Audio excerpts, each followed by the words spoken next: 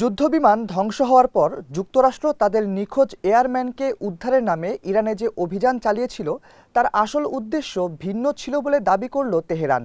দেশটির পররাষ্ট্র মন্ত্রণালয় থেকে সোমবার দাবি করা হয়, ভূপাতিত যুদ্ধবিমানের সেনাকে উদ্ধারের নামে ইরানে সমৃদ্ধ ইউরেনিয়াম চুরি করতে এসেছিল আমেরিকা। তেহরানের এমন সন্দেহ প্রকাশের আগে মার্কিন প্রেসিডেন্ট ডোনাল্ড ট্রাম্প ইরানে অভিযান চালিয়ে নিখোঁজ যুদ্ধবিমানের দ্বিতীয় ক্রুকে উদ্ধার করে নিয়ে আসার ঘোষণা দেন। তবে যুক্তরাষ্ট্রের ওই অভিযানকে প্রতারণামূলক ও পালানোর অভিযান বলে আখ্যা দেয় খামেনির দেশ। জোর দাবি করে তারা এটিকে সম্পূর্ণরূপে ব্যর্থ করে দিয়েছে। সোমবার ইরানের পররাষ্ট্র মন্ত্রণালয়ের মুখপাত্র ইসমাইল বাকাই বলেন, ওই অভিযান নিয়ে অনেক প্রশ্ন ও অস্পষ্টতা রয়ে গেছে।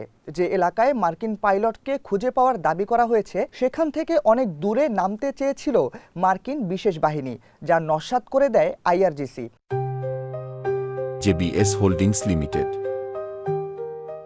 তাই মার্কিন বাহিনীর ওই অভিযান নিয়ে সংশয় প্রকাশ করে মুখপাত্র ইসমাইল বাকাই বলেন, এটি সমৃদ্ধ ইউরেনিয়াম চুরি করার জন্য একটি প্রতারণামূলক অভিযান হতে পারে। এই সম্ভাবনাকে মোটেই উপেক্ষা করা উচিত হবে না।